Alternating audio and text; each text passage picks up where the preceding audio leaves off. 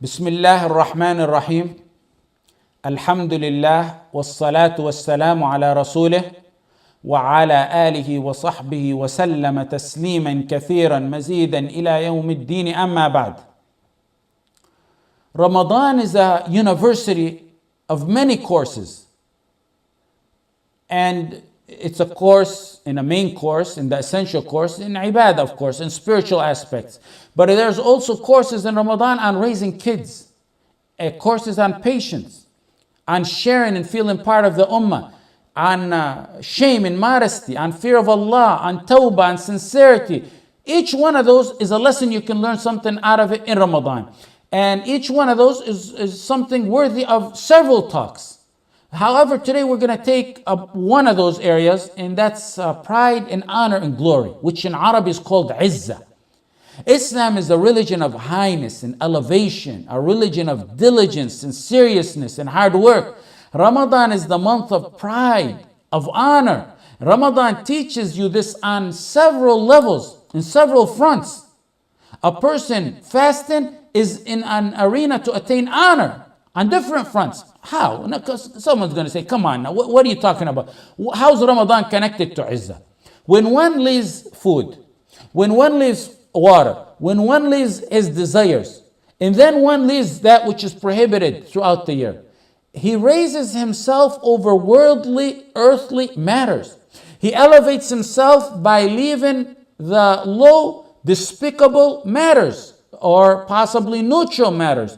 When he does that, he frees himself from habits and traditions and desires. That's Izzah. That's Izzah to himself, over himself. When he becomes victorious over his own nafs, his self-inclination, then he's attained the peak of Izzah, because then nothing can stand in front of him. He attains Izzah and honor on another front when he stays away from controversy, when he stays away from arguing with others, when he stays away from ignorance and anger over others, and harming others. إِذَا كَانَ يَوْمُ صَوْمِ أَحَدِكُمْ فَلَا يَرْفُثْ وَلَا يَصْخُبْ. That gives you honor and izzah in others, in dealing with others. A believer attains izzah in the university of Ramadan with his worship, fasting, with the deeds he does, abandoning that which Allah prohibited. That's the deep secret in attaining izzah to one's internal self. That's boosting the iman. That's getting closer to Ar-Rahman. That's Izzah. Believers attain Izzah in this month when they're encouraged to spend. To spend? What's spending got to do with Izzah now? Your complicated matters.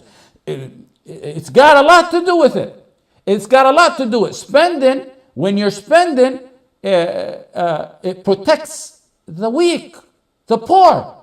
You save them from asking. You save the elders from poverty. You save the low ones from being desperate. You raise them and elevate them from being low to having izzah. Islam wants you to live in honor and dignity and pride on all fronts. That's why Islam said the hand given is better than the hand receiving. You can go on with many examples on this. Honor and pride and dignity attain you, love and respect. It's only bad when one makes this a goal without keeping the guidance of Allah attached to it. That's when it veers off course. He told Ibn Abbas sallallahu alayhi wasallam, if you ask Allah. If you seek aid, seek it in Allah. Why? That's izzah there. In Sahih al-Bukhari, Zubayr ibn al-Awwam radiyallahu anh said, the Prophet sallallahu alayhi wasallam said, it's better for one to take a rope and go and chop and cut wood than and carry it on his back than to ask others. Do anything, but don't ask others. Izzah. In fact, some people came to the Prophet sallallahu alaihi wasallam to give him a commitment, allegiance, bay'ah. The Prophet sallallahu alaihi wasallam gave him bay'ah on Sahih Muslim, on Islam, on the 5 pillars, then on obedience to him. Then he said, and don't ask anything from people. This is all, what? Don't ask anything. Why? To instill honor and pride and glory in this ummah. Wahab ibn Munabbih said to a man who kept going to the rulers and asking them, woe to you. You keep returning to a man who closes his door in your face, and he shows you his poor side and hides his wealth from you. You leave the one who opens his door day and night and shows you how rich he is and asks you to ask him? Tawus told Ata, don't ever ask anyone who closes his door before you or has mediators or secretaries. Go to the one whose door is always open until the judgment day, the one who ordered you to ask and promised you to answer. Promised you an answer. Abu Hazim was asked, a scholar of his time, what's your wealth? What do you got? How much money you got? He said, my confidence in Allah is what I got. In despair in all human beings. The Amir of his time wrote him a letter telling him, whatever you need of wealth, write me and I'll send it to you. He said, I've asked the one who gives me, and whatever he gives me, I'm content with. And whatever he deprives me of, I'm pleased with. I'm happy with what Allah gave. I don't need nothing from you. This is the month of Izzah. Let us feel this feeling. Let us seek it where it's at. Let us try to attain it. Let us have that quality in ourselves and revive it in this ummah. Not only is the Izzah on a personal level, but it's on a higher level than that. The ummah has to have a level of Izzah as a whole. Allah honored this ummah. Allah gave ummah this Izzah in this month, in Badr. The battle of Izzah. The month of Ramadan. The month, the greatest conqueror of all conquerors. Inna fatahna laka fathan mubina. Mecca in Ramadan. In the third year of Hijrah, the Muslims fended off an attack by Quraysh when they were going to retaliate because of their defeat in Badr. In Ramadan. In the fifth year of Hijrah, the Prophet ﷺ began to prepare for the Khandaq. In Ramadan. Spain, the defeat of Tatar, and many, many more historic matters that brought Izzah to this ummah. Izzah, honor, and pride is mentioned many times in the Quran. Man kana yuridu al-izzata falillahi al-izzatu jami'an. Umar goes on foot traveling from Medina to Jerusalem.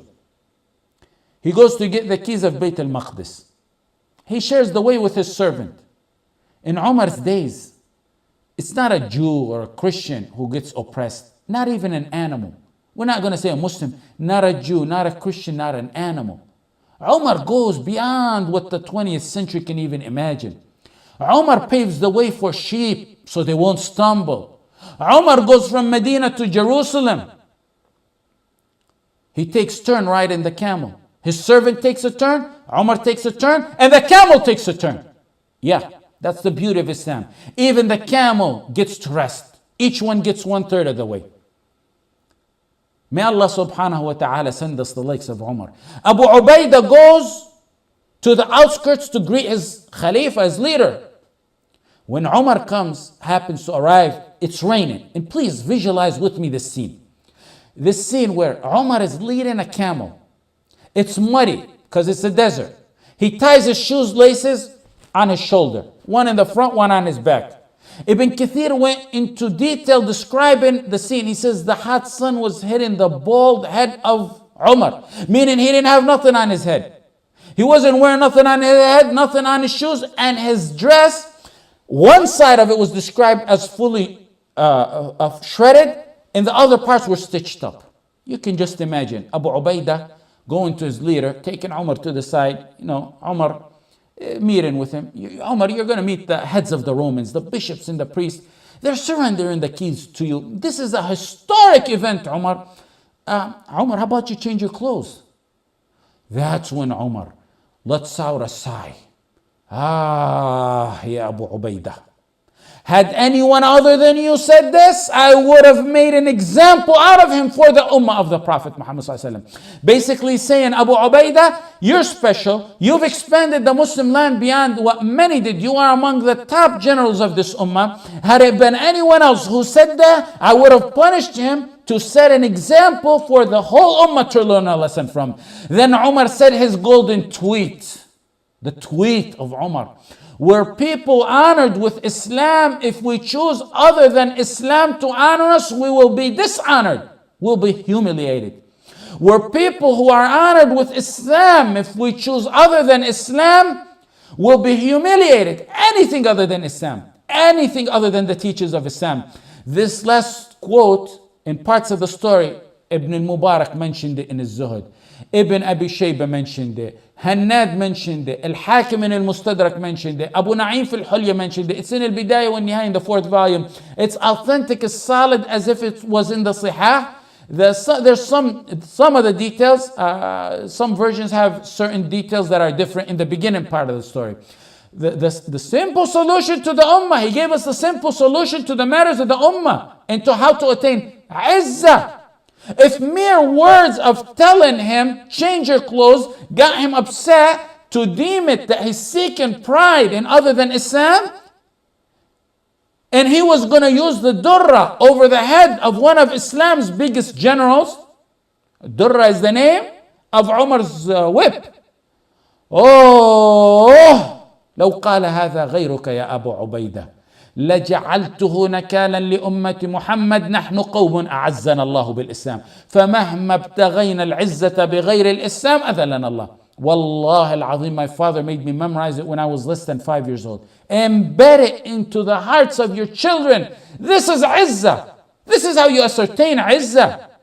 I just wonder sometimes what Umar would do with his durra on the heads of the ulama today, who are not seeking honor in a new set of clothing, but they're seeking honor in a new set of values and ideologies.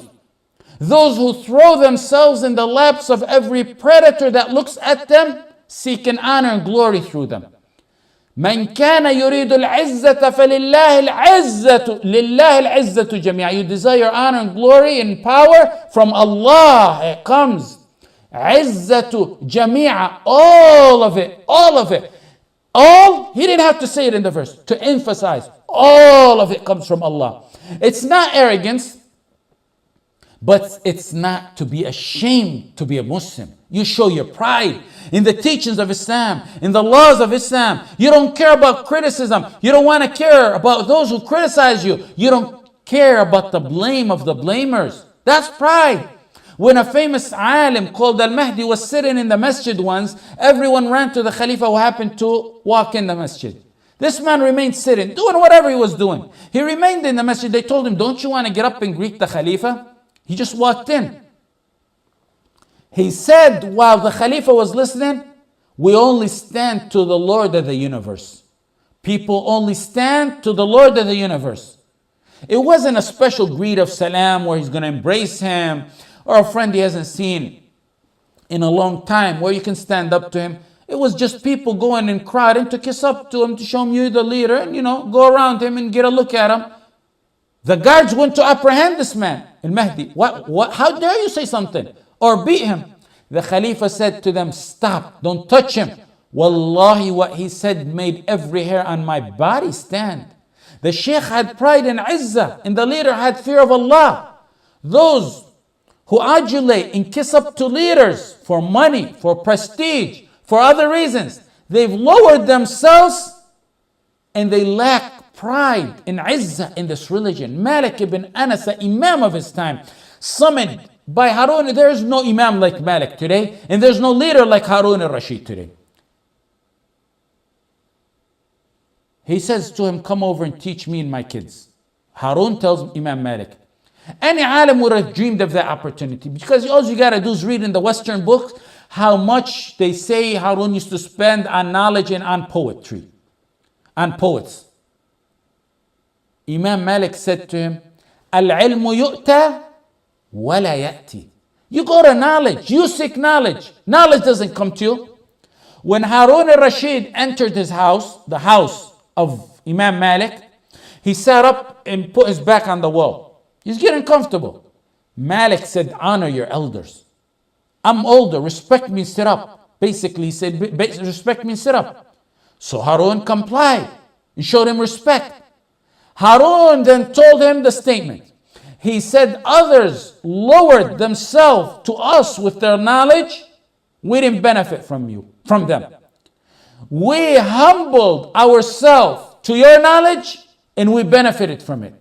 Even the leaders can tell who's fake and who's not. Izzah is on all levels. Look at the khulafa back then, the leaders back then, even the oppressive leaders back then. In this month, Al-Mu'tasim in Amuriya, 223 years after the Hijrah, the empire, the Roman Empire, seen a weakness that the Muslim had, where the Mu'tasim went to fend off someone called Babik al-Kharmi. When he went to fight him off, the Romans seen a weakness, so they took a portion of the Muslim land. They invaded it. They killed the children, the elders, no mercy. They had no mercy and compassion on anyone. They didn't spare anyone. They took over 1,000 female Muslimat as slaves, concubines, and they slaughtered their kids before them. And then they took Muslim male prisoners, put iron rods in their eyes, and they cut their ears off and snatched their noses off. Then comes a shout from one of the Muslim, wa mu'tasimat, to the Mu'tasim. And she shouted for the Mu'tasim for help. On the spot, he went to her aid. What a mockery when you look at today. What a mockery, what foolishness. The Syrians being massacred like something that's going to go in history. One of the top catastrophes in history. The Syrians are massacred. History is going to document it. For 2 years. After Mufti Obama declares war and openly says now he's going to help them, now suddenly the sheikh pop up in Egypt and then elsewhere, and everyone wants to talk about it and speak those big terminology. Where were you for 2 years before that? Where were you 2 years before that when they were getting slaughtered like sheep? What an ummah. What an ummah in their low thinking. They hailed, those are heroes? Those are heroes after 2 years, after they're given the green light? What a backward thinking ummah we have. I ask Allah subhanahu wa ta'ala to open their eyes so they can analyze things the proper way, because there's no izzah. Those ulama are the heroes. They asked the Syrian man, what do you think about what Mufti Obama is doing, what the sheikh, now they got the green light, now they're speaking, and now they're meeting and declaring and using the big term. He said, we never waited for them. We don't see the effect of that here. And nothing of that is apparent to us here. They're 2 years later.